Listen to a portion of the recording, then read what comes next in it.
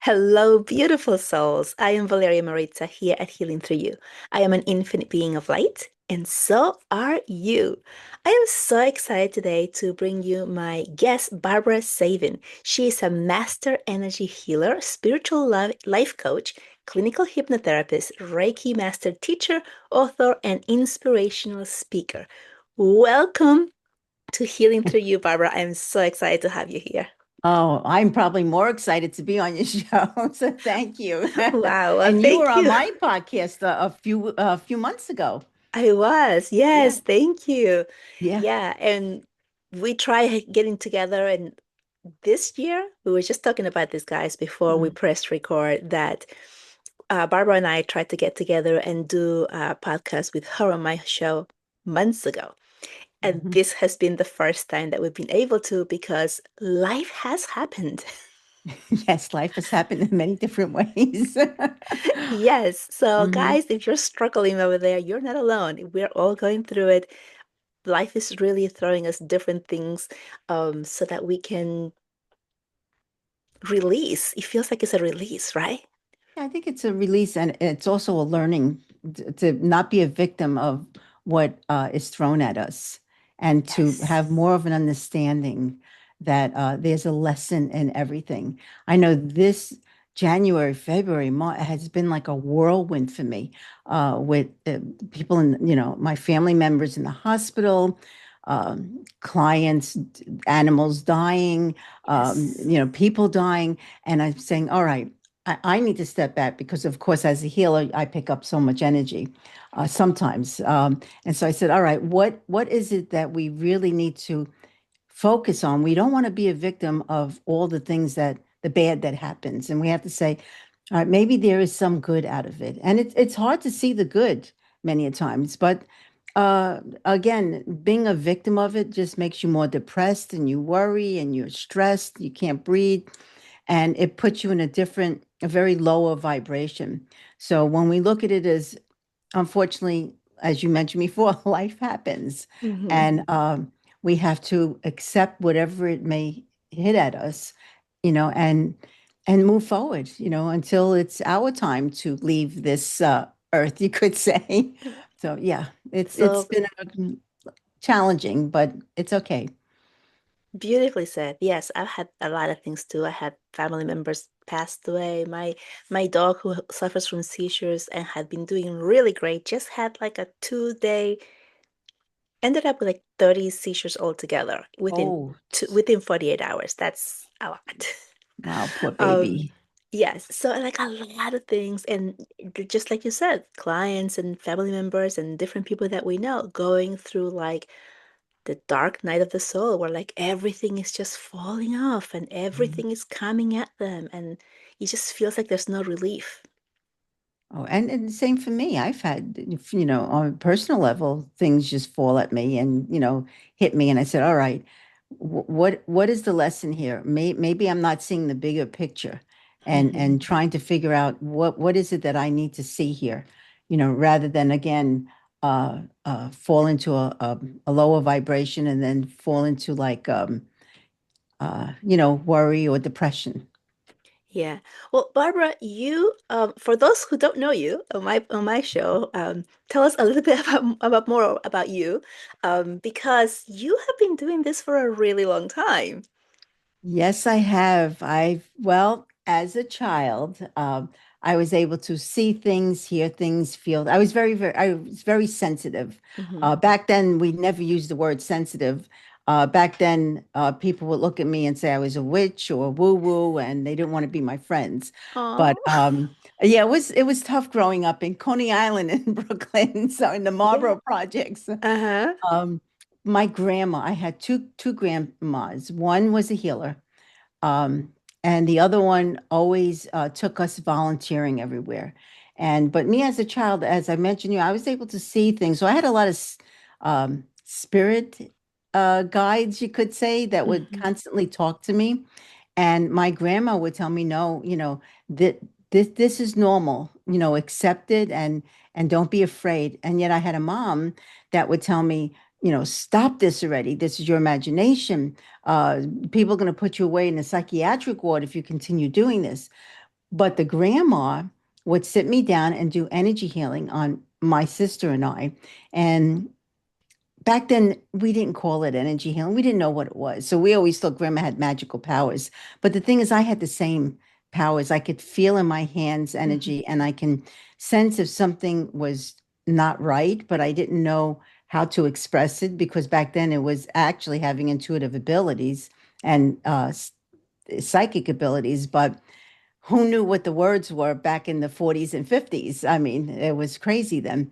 And I knew in my heart, I felt like I didn't belong, but of course I belonged. But um, and in school, many a times I could see if someone if they did something, they were going to get hurt. And so I would walk over to them and say, "Oh, you really shouldn't be doing that because you make it hurt." And they would look at me and tell me to get away, and they would do it. They would get hurt, and then what would happen after that? They will They said blame it you? was my fault, and they would beat the hell out of me. Oh So my God. yes, again, I was so sensitive and I could feel people's emotions. So when someone was unhappy, I was unhappy. If someone was sad, I felt sad. If they were happy, I was happy. And so when I would come home from school, my grandma would sit me down and clear my aura. And back then, again, we did not know it was an aura or what she was doing. But as she was clearing me, I could feel like tingling, going through my body. And I can also all of a sudden feel very light, light than when I, first walked into her house. So again, we thought she had magical powers. It wasn't magical powers. It was she was an energy healer, and my great grandma was also an energy healer and would do the same on my sister and I. She would clear us.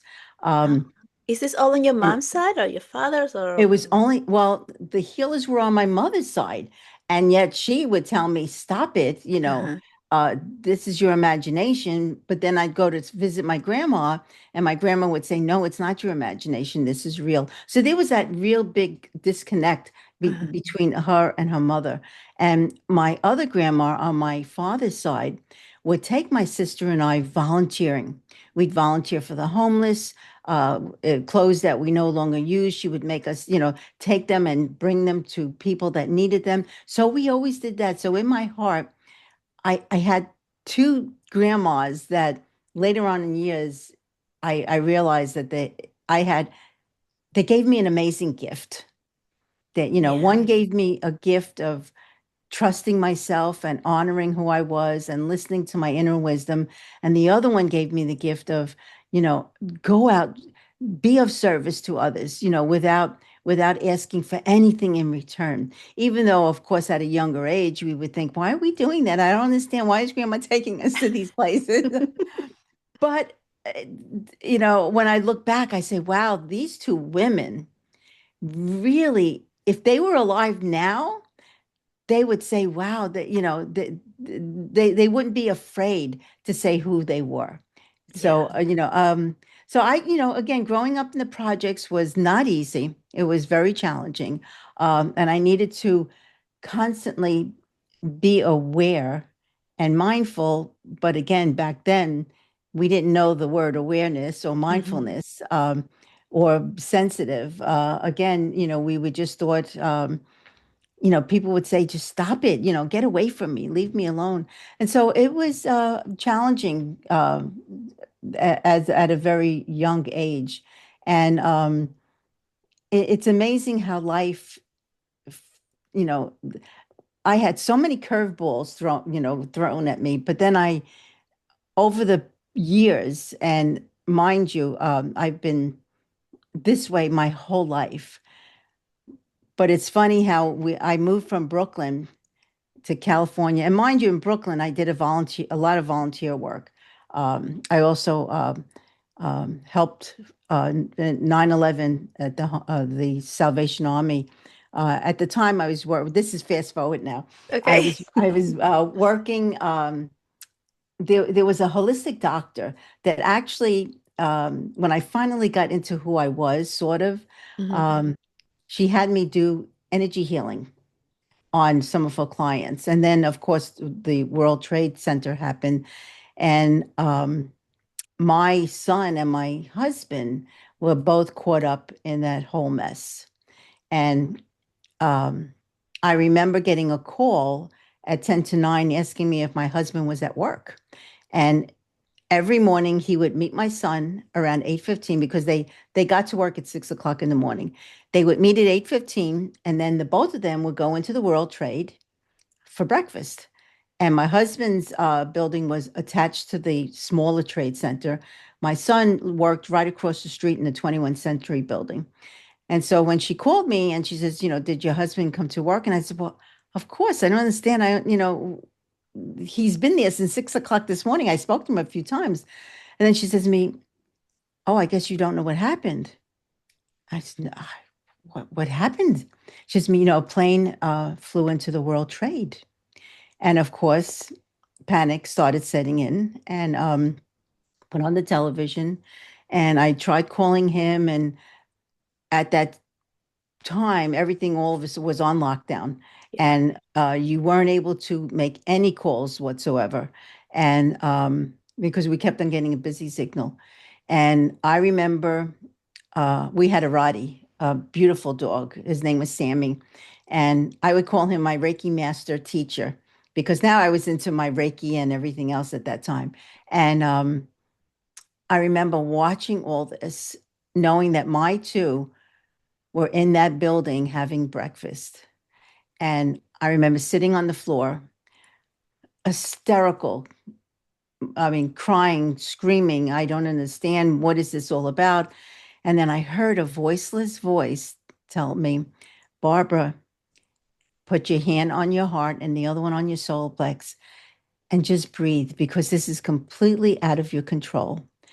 And as I heard that, all of a sudden, Sammy, my dog, put his head on my on me.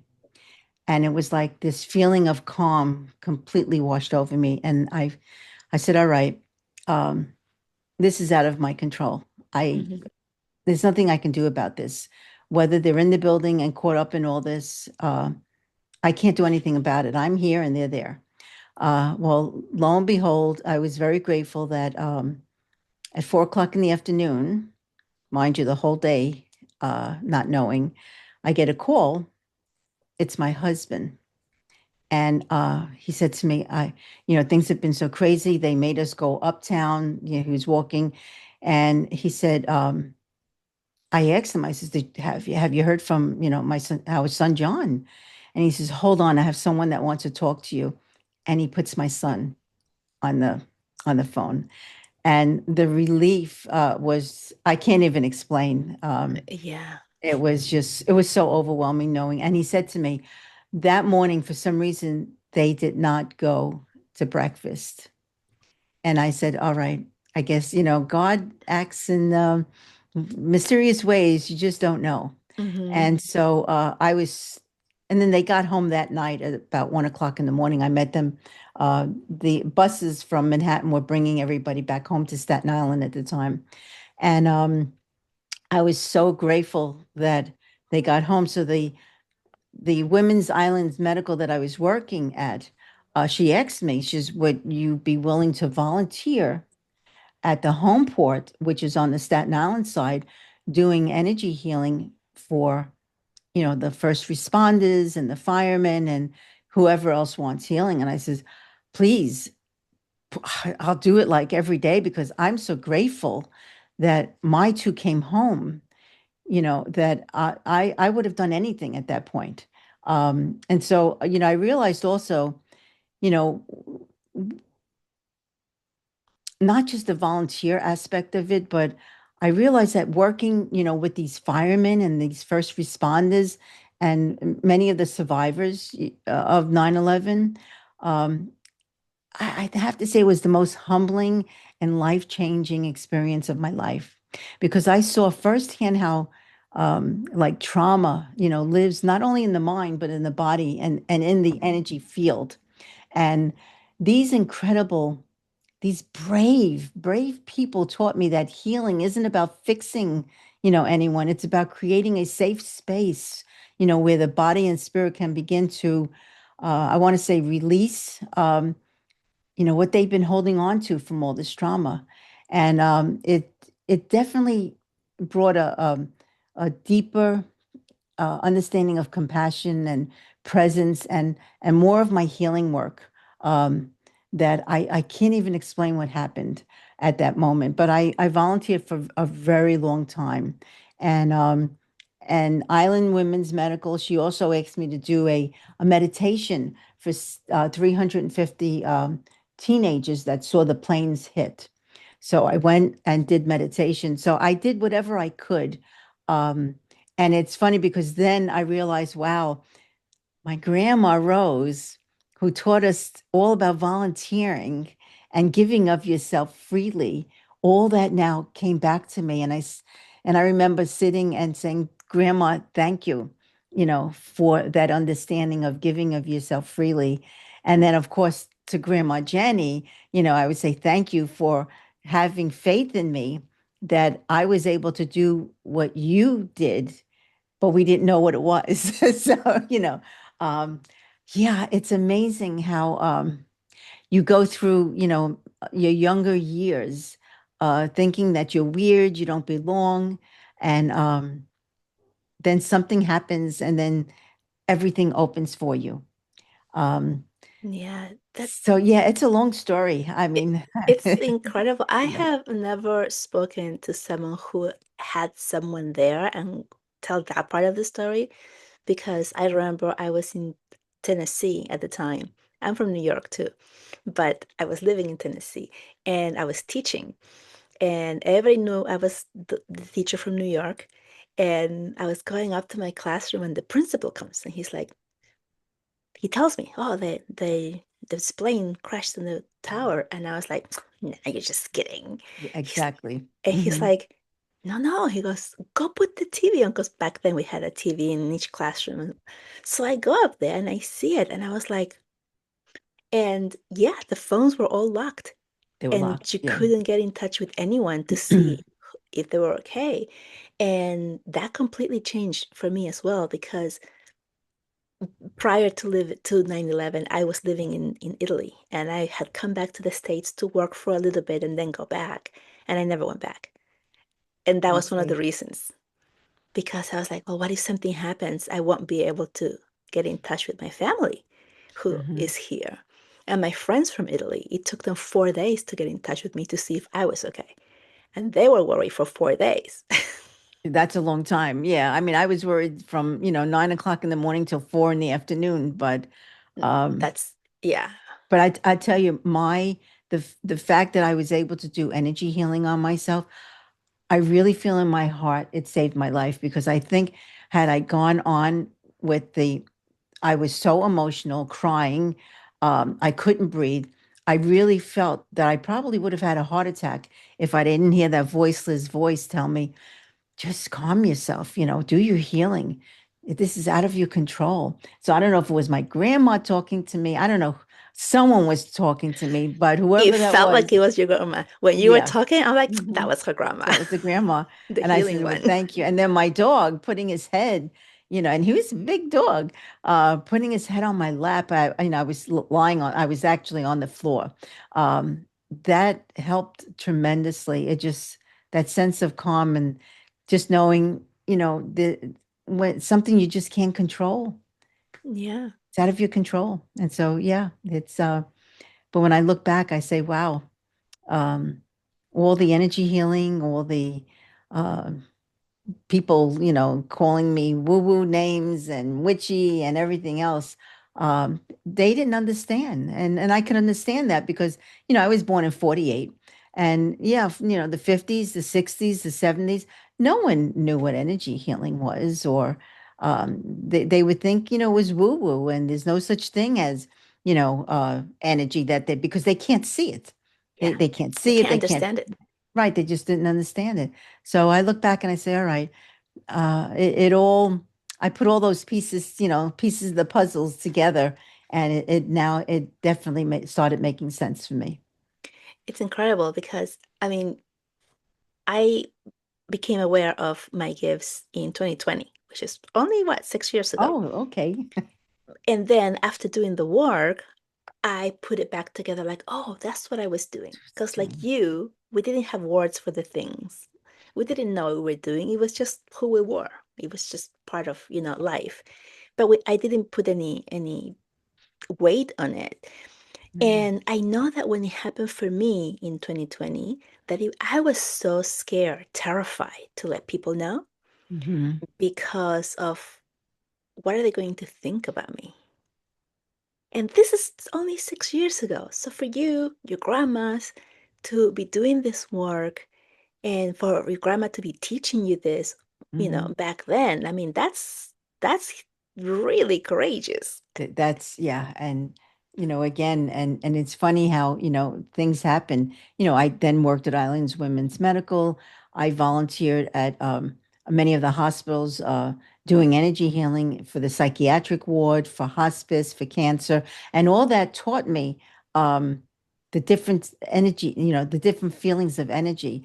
And then uh, my it was getting very heavy back east, and Hmm. so then and my daughter also lived here in California, and then she was pregnant, and I says, all right, I think it's time to go back, to move now, and start a new life in California. Even though I had a life now that was beginning with my practice and everything else, I actually said, all right, maybe I need to just step away from that, come to California and see where this leads me. And lo and behold, it's funny how God works in many mysterious ways here. Um, so, we moved here to California, no friends other than my daughter. We didn't really know where we were going to move, but we moved next to her, where she lived in Simi Valley. And then I went to a networking marketing group. I figured, oh, let me just see what maybe here they don't think you're weird, which I was wrong. They thought I was still weird. So, but there I met these two women that we started talking about energy work. And they said to me, in Thousand Oaks in Westlake, they're opening a wellness institute. Maybe because you have so much experience, and also at the time I was writing my book, she said you have all this experience. Maybe you should go in and put a resume. And I figured, all right, I have nothing to lose, and so I did. And it's funny how back east, I said to my friends, "Oh, I put my resume in this beautiful Four Seasons hotel, at this new institute, the California Health and Longevity Institute." And you know what they said to me? Oh, God, please, Barbara, do you think they're going to hire anyone from Brooklyn? You're so Brooklyn. And I said to myself, oh. Wow. And I remember my grandma always saying to me, Babacita, if anyone says anything negative to you, or if you think negative about yourself, take those words and throw them on the ground and stomp them with love and light and healing. That's exactly what I did. I took those words out of my energy field that they told me, why are you Mhm. to Brooklyn? They're not going to hire you. And I said, no, I am very qualified. I have all these now certifications because that's what I started doing back east. Went for an interview, and he had about 30 more people to interview. And he listened to my story about 9/11, my books, I mean, everything. And my interview was like over an hour. And I got up and I shook his hand and I said, Dr. Tan, it was a pleasure meeting you. And as I'm walking to the door, all of a sudden the Brooklyn came out. And I looked at him and I said, Dr. Tan, you should hire me. And he looked at me like I think he was a little taken by him. And he looked at me and said, Barbara, why should I hire you? I said, because I will always come from love and understanding and never be judgmental, and I'll do an incredible job for you. And I remember his smile on his face, and he said, I shouldn't tell you this, but right now you are my number one. But I have 30 more people to interview. I said, all I ask is just please let me know if it's a yes or no. And he says, I promise you I will. Lo and behold, about 2, maybe 3 weeks later, I get a call. It's the Four Seasons Hotel. And I said to myself, okay, if it's not meant to be, another door will open, right? So he gets on the phone. How are you? Blah, blah, blah. Oh, I'm good. I don't know how to tell you this because I knew I told you you were my number one. And I says, Dr. Tan, it's okay. Just say it. He says, okay. So do you think you can start tomorrow? And I got that job at a beautiful Four Seasons hotel. I was there for 15 years. Wow. That's when my healing actually became so real. I wasn't afraid to say who I was. I wasn't afraid to, experience life now. Helping people, help them with their body, their mind, their spirit, help them with balance and calm um, and helping them understand about the aura and the energy field and the chakras. And I says, wow, God, thank you. All these years, and mind you, I was in my 50s when I got this job. And I said, wow, all these years, it was so challenging for me to say, this is who I am, this is what I do. And then you take me, you pick me up, and you put me in a Four Seasons hotel, you know. And I had Fortune 500 companies come to see me, a lot of celebrities. And it was one of the incredible experiences of my life. And I'm so grateful for that because I learned so much more. And the thing is, I actually, in my heart, I said, all right, this is who I am, but I learned that, I am worthy. I do deserve this. And be confident in your abilities and don't allow anyone else to bring you down. And so that in itself was the main, this whole lesson, I guess also for me working there. And then unfortunately, COVID hit, a few years ago. California Health and Longevity went out of business, and I found myself unemployed. And I said, all right, now what am I going to do? I have clients, and I could maybe open my own facility, but I was afraid. I was afraid. That's when fear started creeping its little head again. Uh, And then I met this gal, excuse me, who I taught energy healing a while back. And she said to me, why don't we open a center together in Westlake, a few minutes away from the Four Seasons Hotel? And I says, I can do this. Let's do it. So it's been now 5 years at the facility, and we're doing fine. I just had to know that I had to believe, I think I had to really believe in myself that I could open my own center with someone else and everything will be just fine. I had to trust. I trusted the universe and I said, God, if it's meant to do well, it'll do well. And if it's not meant to do well, then I'll figure it out. But it's been 5 years now and I'm grateful. I'm grateful for everything that has happened in my life. Oh, I'm chatting on and on. I'm sorry. no, no, I love, love, love, love your story because so many people are becoming aware of their own abilities now Mhm. or since 2020, or I think 2017 was another big wave of Big people awakening. becoming aware. Hmm. And they, some of them have started working and, having their own businesses and doing this. And it's so interesting that you worked for 15 years and then you were like, yes, I have this. And now I can tell people who I am. Because that is one of the main things that I see with everyone that like is my client or with myself, that Hmm. it's so difficult to claim that because I believe is really attached to our own trust and belief in ourselves. And then it's like when somebody questions it, it's like, what do I say? Right? And then you start questioning yourself because you're not fully grounded Hmm. into who you are and what you're able to do and how you're able to help people. So for you, working at the Four Seasons for 15 years and feeling so powerful, there's your lesson, and then it drops and you're like, oh, I don't know if I can do this. It's interesting that you Hmm. still felt that kind of fear coming up for you. Oh, it was interesting because I said, gee, you have clients and people will follow you. What are you so afraid about? Mm-hmm. And I think, I mean, here I had a paycheck, every week. Now doing this, I had to pay rent. I had to sign a lease Right. and hope that I have enough people to come see me to have money for the lease. So, Mm-hmm. yeah, but again, it's trusting. And when I sat with it, I kept on hearing, Barbara, don't be afraid. You can do this. You've done this all your life. So now's the time for you to shine in a different way. Yeah. And that's exactly what I did. I trusted that I would be fine. And even my husband, said to me, if you feel in your heart this is what you really want to do, just go for it. Just do it.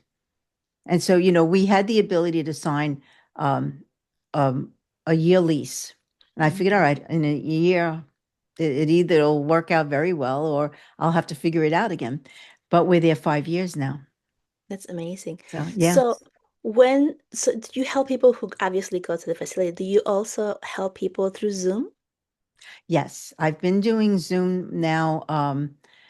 I'd say maybe for about 6 months. Everyone that I see usually comes to see me.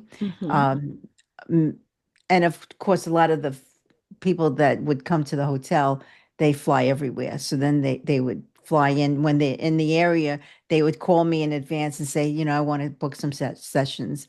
But now I've been doing more Zoom, even though I'm still doing in line, in person. Hmm. The Zoom is just as it works the same way. I have clients that they can't come there, in another state, and they'll Uh-huh. say, "Oh, I don't know if Zoom really works. Well, let's just try it. If you don't feel anything, and if you don't feel it's right, I'll be more than happy to give you back your money. I'll be refund your money." They'll do, and they'll say, "Oh, it's like." I feel you. It was like you're right in the room with me. So it's amazing energy healing. It doesn't know space, time. It doesn't know anything. It's there for us. And the only thing is to really trust it, Yeah. and trust in our abilities. And it's not us doing the healing anyway. It's our, God, divine, spirit guides, loved ones, all of the light, that they're the ones that step in and they do the healing for that person. So they travel everywhere. So if we call energy in for somebody that's in, 3,000 miles from here, they'll feel as if they're right in the room with us. Yeah, I love that. So you're accessible, so anyone who wants to work with you anywhere in the world can reach you now through Yeah, this I've new way. had I've had people from Spain, Hmm. Italy. I've had, of course, you here in the United States, um, and I had oh, I also have one client from Turkey, and it's funny because my grandma was born in Turkey, so that was a nice feeling having to do energy healing on someone that was Turkish. So yeah, it was very interesting. I love that. I saw you Yeah. also are a hypnotherapist. Do you still use that? I do not as much. Hmm. I still do meditation.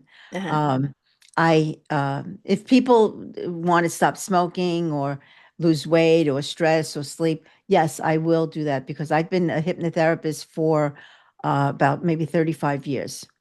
Um, and so yeah, I definitely get back. I don't do that as my main thing Let now. me I ask you do, a question that just yeah. popped up. Sorry. Hmm. So you said like if somebody wants to stop smoking or like lose weight or it's some type of addiction, you use hypnotherapist. Why do you feel, or what would you be your explanation that energy healing wouldn't help in that? Oh, energy healing does. What I do for my clients Uh-huh.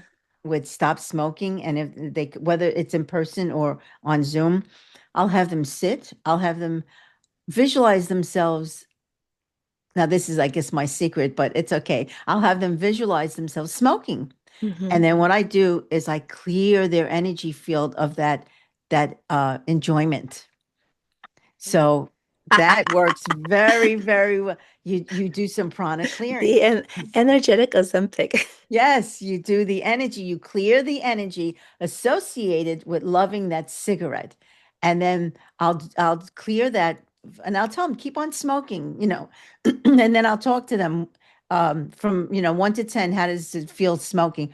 Oh, I love smoking, Then after like maybe a minute or two, what is it now? Oh, maybe it's at a 7, and I keep on clearing them until we get down to like maybe a 3, a 2 or a 3.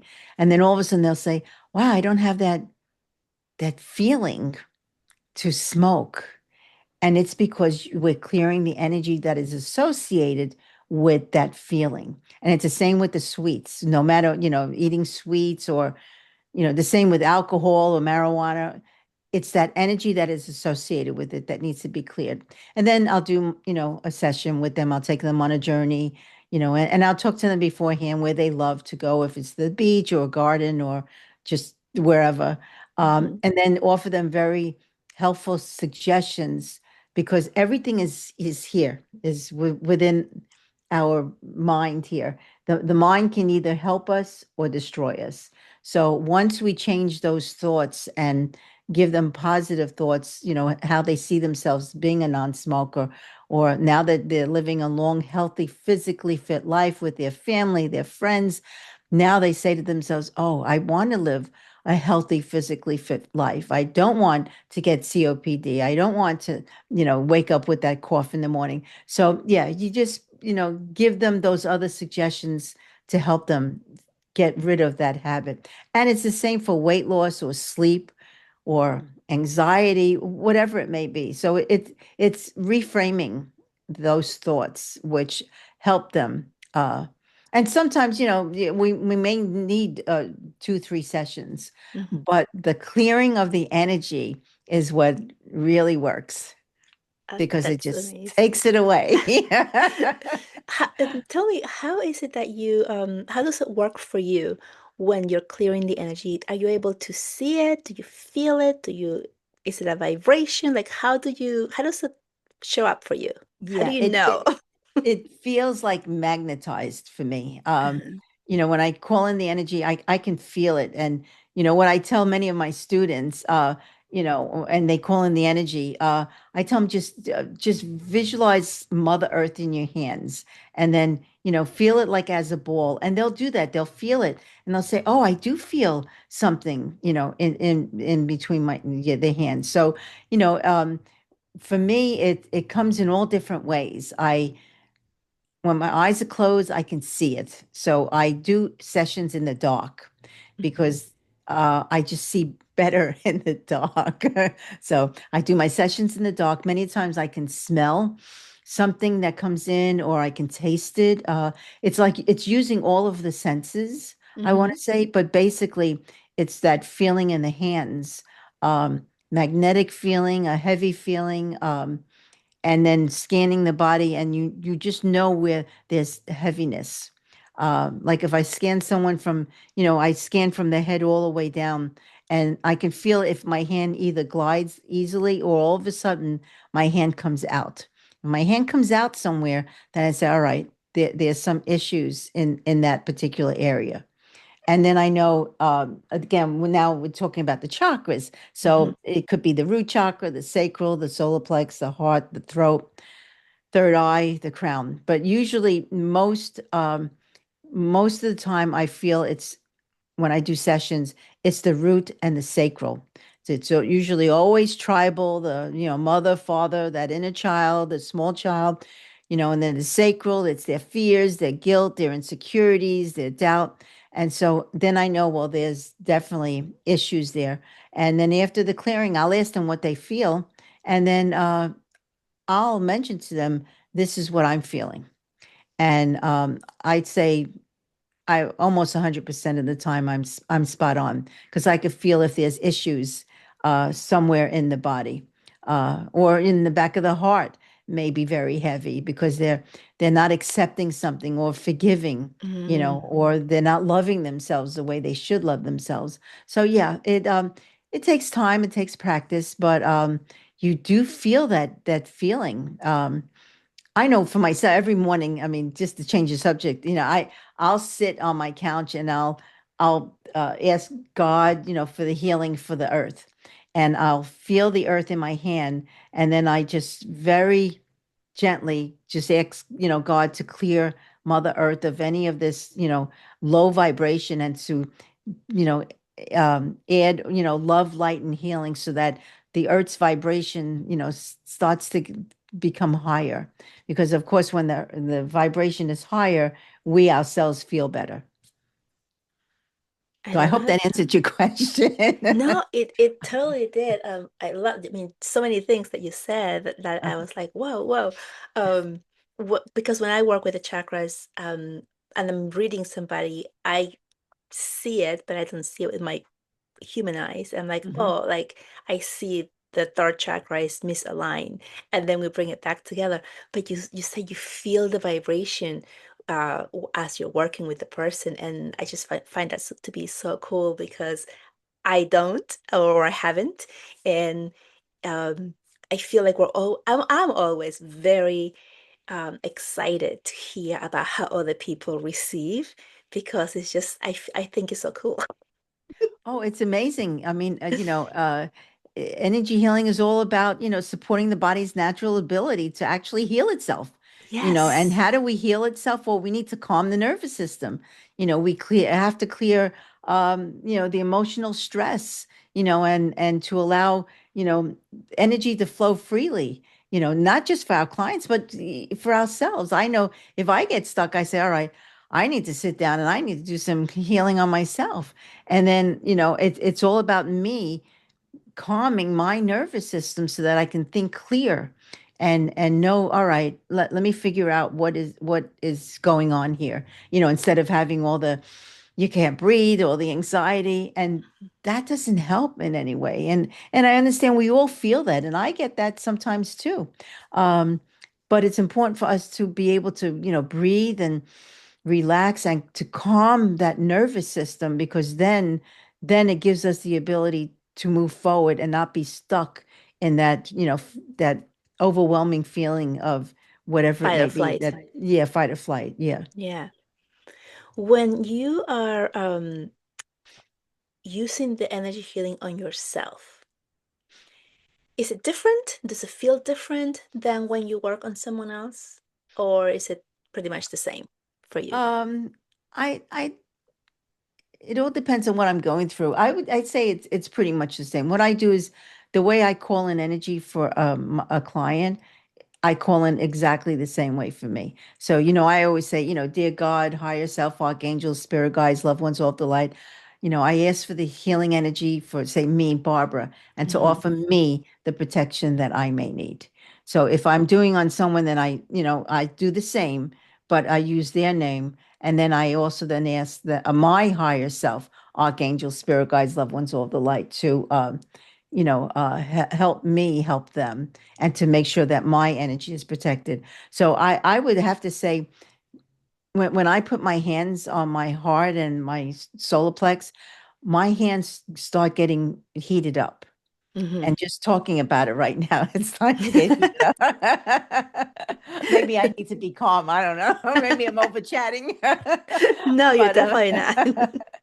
but yeah, and when I'm working with a client, my hands start to heat up, and they'll tell me they feel my hands feel very hot or sometimes cold, or sometimes I'll be at their shoulders and they think I'm at their feet. Well, it's not just me calling in the energy for them. I mean, we have a whole slew of people that have come into the room. So, yeah, then that's why, for myself, I know my angels do step in, and many times I can feel them doing, even though my intention is to do healing on myself. I can feel them step in and of course, they're doing the healing. I don't do anything but just, I'm the little plug-in, you could say. And the same with clients. Once I call in the energy, I can feel their energy field, and then I can feel um, spirit guides or angels come into the room.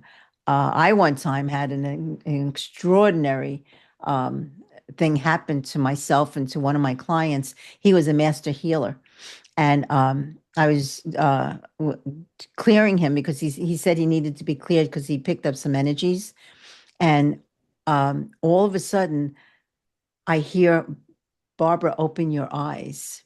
I open my eyes, and who's standing spiritually and right in front of me but Jesus Christ? I knew you were gonna say that. Yes, right. And I looked and I said, I mean, I was like, I just looked, and he looked at me and he said, I have a gift for you. And he put my hands like this, and he put his hands on top of my hands. And then he looked at me and he says, I have a gift now for Noel. And he put his hands on Noel.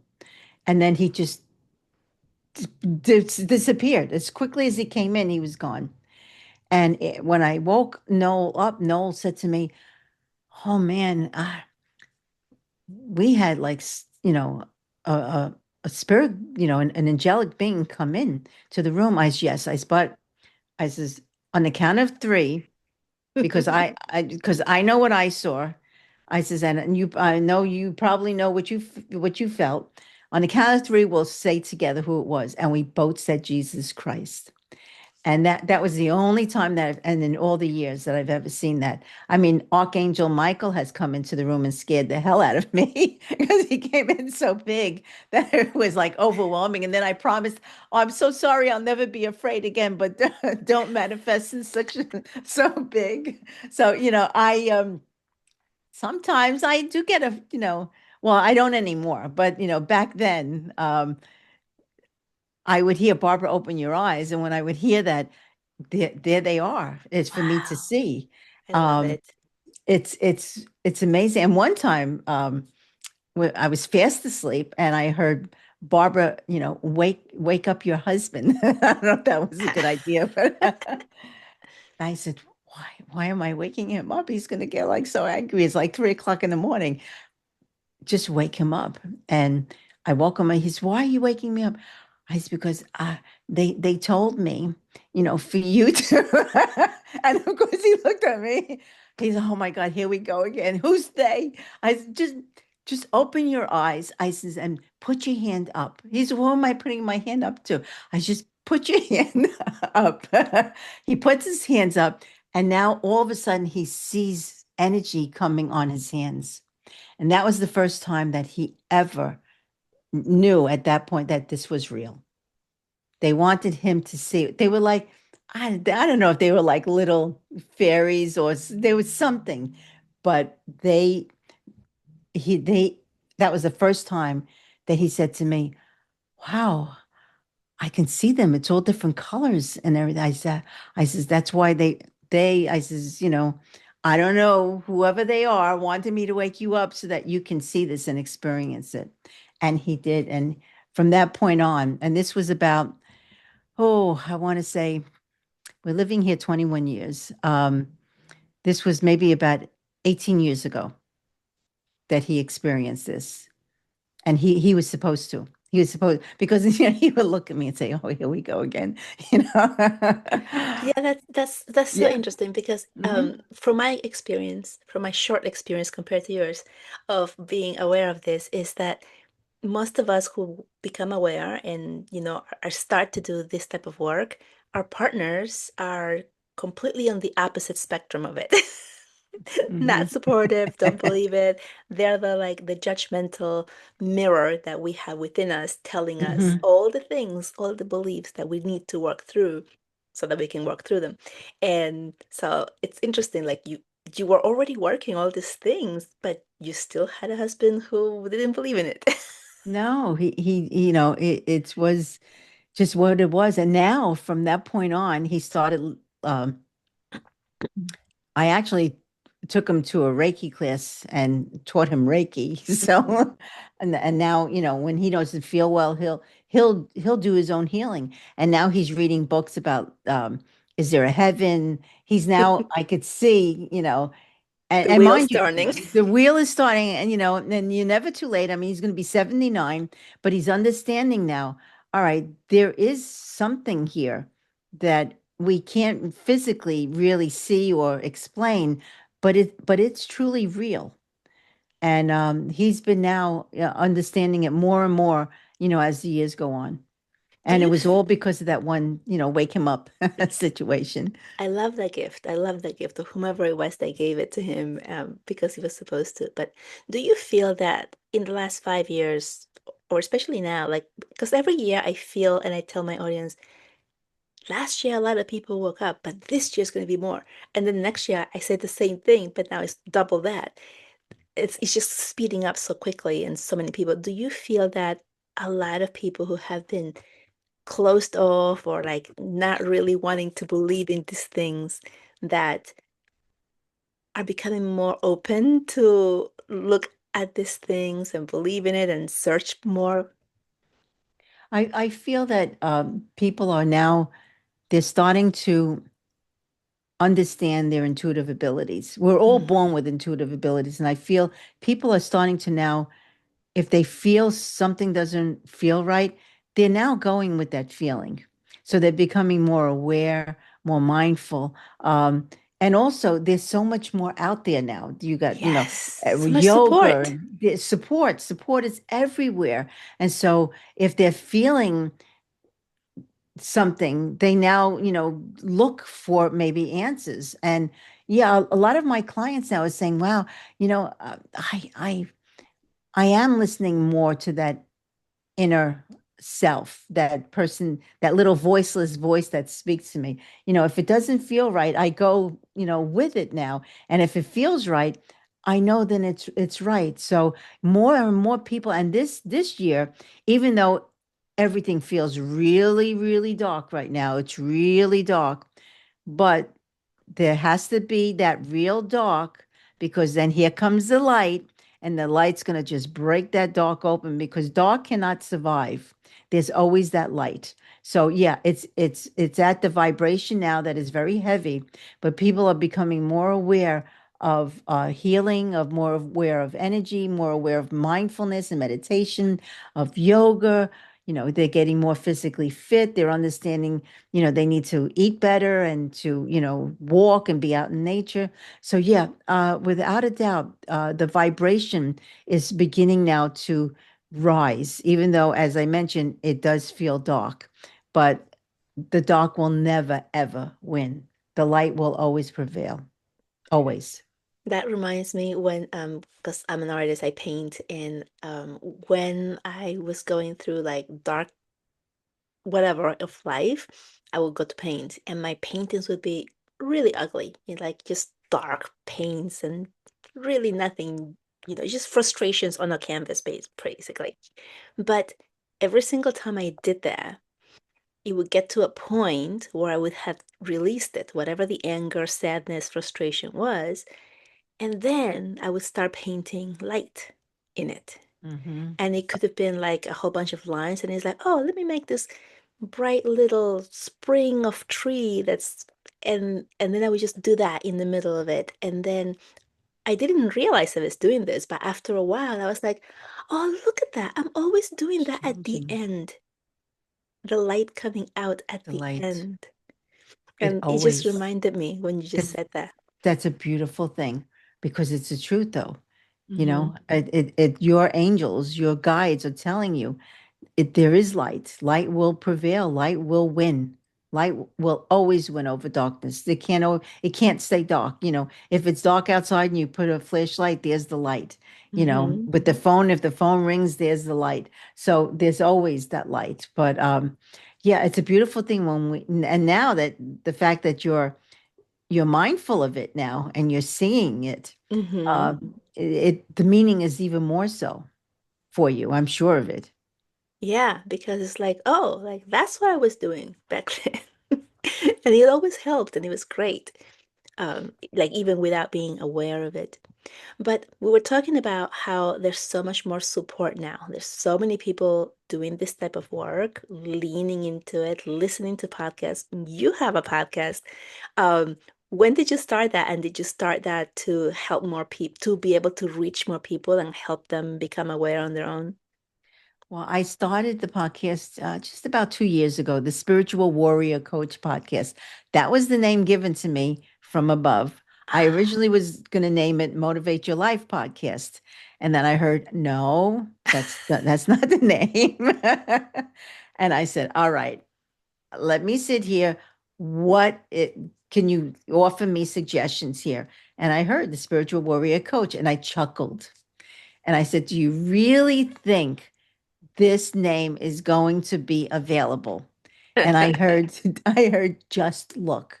So I went online, went on for dot coms, and, to see. And lo and behold, the Spiritual Warrior Coach podcast.com was available. And I said, okay, I'm really sorry. I'm truly sorry for, chuckling and laughing at this, but thank you. And it was a really good name. And it was like, how would I say the name, the warrior? I am a warrior in a way, because I feel, um, we're becoming more stronger and more wiser. We're listening more to our inner voice. And um, I feel that every day we have more choices about, where we place our attention or our Hmm. time, our heart, and that we're understanding that our energy is very precious, and that it's okay to set boundaries and say no, if you're not able to do something without feeling guilty about it. And so the Spiritual Warrior Coach podcast was a perfect name for me because it made in my heart, it made me honor like my intuition. It made me honor protecting boundaries, speak to ourselves with kindness, and then to understand that your life can definitely begin to shift in a very positive way if you take control of your choices and make those wise choices. And again, listen to that voiceless voice that does speak to you, but you may be so busy that you're not paying attention. So that name, and I thank them all the time for it. And I said, wow, I guess I am a spiritual warrior. So It's a great name. yeah, it's a great name. And so I've been doing it for 2 years, but I did it um, because for myself, I needed to have my voice come out there because I was always afraid to do something like this, be on a podcast or, Hmm. be seen, you could say, and be seen and heard. And it was a good way for me to be confident in my abilities, but to have so many incredible guests like yourself who was on, uh, and everyone so much younger. Like I've had um, guests in their 20s and 30s getting into all the, healing modalities. And I'm saying to myself, wow, thank you, God, for having everybody being now so aware and open to this. And, and I always say, Grandma, I hope you're watching because everybody now doesn't think it's voodoo or woo woo or we're witchy. They're now getting into this. And so that podcast made me feel so it made me more grateful than I've ever been before, knowing Mm. that everyone is really now getting into who they being authentic, who they truly really are. And that's the whole purpose of me doing this is to get, authentic people like yourself on my show so that other people can listen and say, wow, maybe I can do this too, and not be afraid and to take that leap of faith. Yeah. If you know what it feels like to me, it feels like when I started, I feel that it took me, okay, when I started doing my work, my inner work, it took me about 6 months to kind of like have this revelation, like, wow, this is putting everything together, right? And that was a lot of work. It was like Mhm. a lot of work. It was like every day. And then after that, as time has come by, it feels like the people that I see now, that I meet now, my clients, or the people who are just out becoming aware, they're doing it in like a few weeks. Mhm. Like everything is happening so much faster. They're getting it. They're getting it. They're Yeah. getting it so much faster, and they're able to like really turn things around really quickly. So their journey, like their awakening and their speaking and starting podcasts or being on podcasts, is becoming so much younger because the energy is just fast. Well, that's it. And I think a lot of people on this realize that everything doesn't change overnight. And, sometimes the most powerful transformation actually just begins with one small step, one moment of maybe just self-respecting you, self-respect or, one boundary, creating a boundary at a time with just one loving thought about yourself or other people. And so, yeah, I think what's happening, people are understanding this and they're saying, all right, you know what? I can do this and not be afraid to say who I am. Hmm. And that's what I see with people that are guests on my show and me being, on other people's shows. No one is now afraid to say, this is what I do. Whereas going back in my years, 60s, the 70s, my grandparents, they would never say that they did healing. And the other one would take us again, volunteering. And it was such, when I look back, they both had such loving hearts. They were never judgmental and they did some incredible acts of kindness. And I think that's what everybody now has to understand. We need to get back into all that, not stop being Yes. judgmental about other people. show that act, hold the door open for that person, before you. Or, I was at one of, oh God, I don't remember the name of the Ralph's I was at, and there was um an elderly lady, I would say probably maybe close to 90, and she bought like just two or three bananas, one or two apples, and now she's looking, through her change, for, and I'm waiting. My husband was online, and I was waiting for him, and I'm looking at the people, and they're all like, getting impatient, and I'm saying to myself, man, what's happened to this, these people, they're so impatient. And I took out my debit card and I walked over and I paid. And the cashier looked at me and she said to me, oh, I said, what are we talking about? $20 here. This is not a big deal. And I looked at everybody. I says, maybe we all need to be a little kinder to other people. And you see, she's looking through her change. That should tell you she doesn't have the money for these two bananas and an apple. So, give her a break here. I mean, I was getting upset, and I said to myself, all right, Barbara, don't let that Brooklyn come out. We don't want to do that. And so I paid, and the cashier looked at me. She says to me, that was one of the most beautiful things that I've seen someone do. I said, well, we may not have a lot. I said, but we have to show more kindness to those around us, more compassion, more understanding. And instead of like, making all these noises and, that, well, come on, hurry up, give her a break, help her out a little bit. And the lady looked at me. She says, "Oh, I'll pay you back." I said, "No, you don't need to pay me back. We're good. Everything's good." And I've noticed, we just have to just. I've noticed, like with some of the younger children, maybe the teenagers, they're not as compassionate. They're so busy on their phone and, so not aware Mm.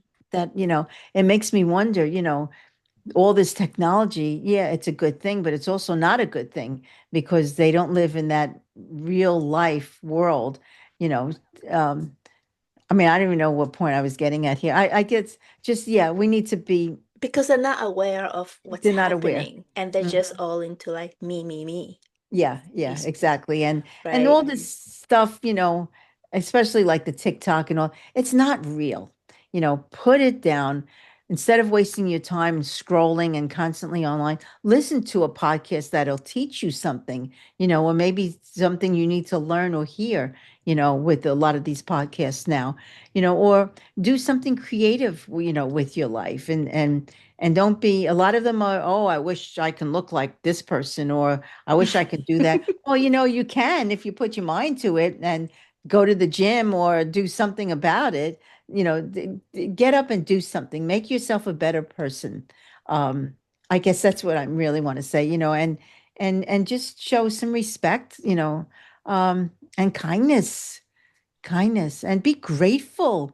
Every morning I sit down, besides doing the mother, Mother Earth and giving her energy and trying to raise her vibration, I'll sit and I say, thank you, God, for my cup of coffee. Thank you, God, that, my family is safe. Thank you that I have a roof over my head, that I have clothes, on my back. Thank you for everything that I have, no matter how small or whatever it is.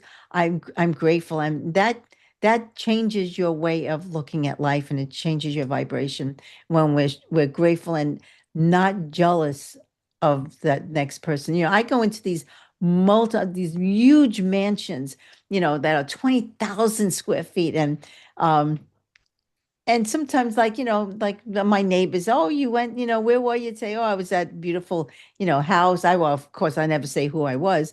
Oh, aren't you, like, jealous that they have something like that? Absolutely not. I'm very happy coming home to my 1,700 square foot home, because this is what God has given me. This is what they have because of what they've worked for or whatever it was. I'm happy for them. So, and that's what I think is missing here, is that people become judgmental. They become jealous of other people. There's no reason to be jealous. Be the best that you can be for yourself. Take that ed course, or listen to the podcast, or, you know, um, do an Read a online book. class. Do something for yourself to make yourself better, because Hmm.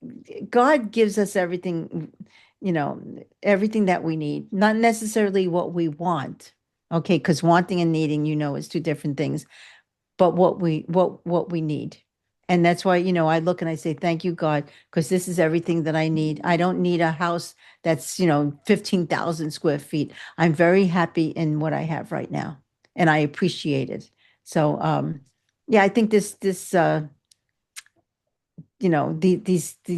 younger generation, they're not looking at that the way maybe our old folks do. So, Yeah, I mean, yeah, for sure, the all of those devices are very addictive, especially for the younger mind that is just becoming, it's just forming. So it becomes very addictive for them, and they make it on purpose like that. And I mean, I was a teacher and I left after COVID, but all of my friends or colleagues that are still teaching in different levels, from elementary to the university, have all said that after COVID, it changed. That changed. I have a friend who she said she teaches at the university, and she's like, I will walk into the room and everybody will be like talking with each other, and it was Mhm. this noise, and I will come in and I will be like, okay, we're gonna start, and then they will quiet down. She said, after COVID, I walk in and there's nothing. No one talks to each other, no one Nope. looks at each other, they're all on their device. Everyone's on the device. And that And I tell changed my so quickly. grandchildren, oh, it's horrible. And I tell my grandchildren, put the phone down. And they do. I mean, they're both college students and stuff. So, but yeah, they're more aware.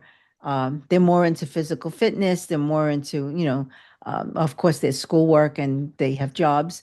But I see, and my daughter also says that, when we all sit down to eat, the phones have to go into another room, Hmm. because there's no reason for us to be looking at a phone when we're around, family or friends. There's no reason whatsoever.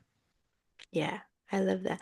Yeah. I wanted to ask you about cleaning your Mm. energy field. I didn't know this when I first started, and then I started hearing about it like, oh, you're a healer, you need to clean your energy. Never thought about that. I always just thought it just happens automatically because the energy is running through me, and it's not my energy, it's divine energy running through me. And what do I need to clean? It's not me. But Just like we take a shower every day to keep our yeah. physical body clean. Hey, we need to have a daily practice to keep our emotional and energetic body, cleared and balanced. And throughout the day, you interact with so many different people, so many different situations, so different, and as very sensitive individuals, we have a tendency that we may Hmm. absorb like other people's stress or emotions or tension without realizing. So, one simple practice that I always say is, I sit down and I'll ask God, and I use the word God without a religion associated with it. God, divine, my spirit guides, my archangels, angels. I ask them to clear me, and I visualize a golden light coming down like very slowly from the top of my head, with the intention to just clear my energy of anything that may have attached to me throughout the course of the day. And then ask to send it down to Mother Earth with love and light and healing.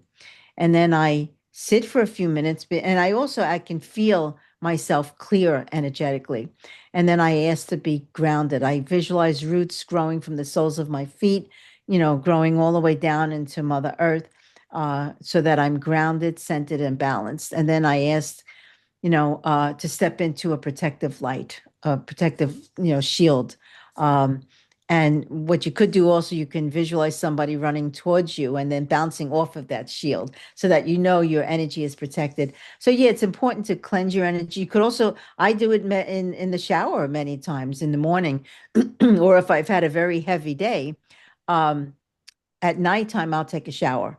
And I'll visualize the shower as God's cleansing rain, I do that too. cleansing cleansing my energy field. And then I send it down the drain with love and light and healing. And then I step into a protective light. So yeah, that you can do.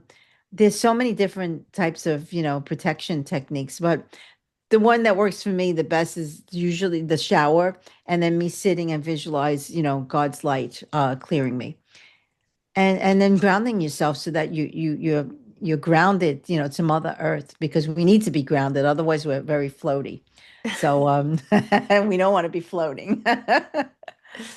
But yeah, Yeah. that's like a small practice, that then what it does, it just like, I want to say, it'll reset your energy and strengthen, and it also helps strengthening your boundaries when you're clear of other people's energies.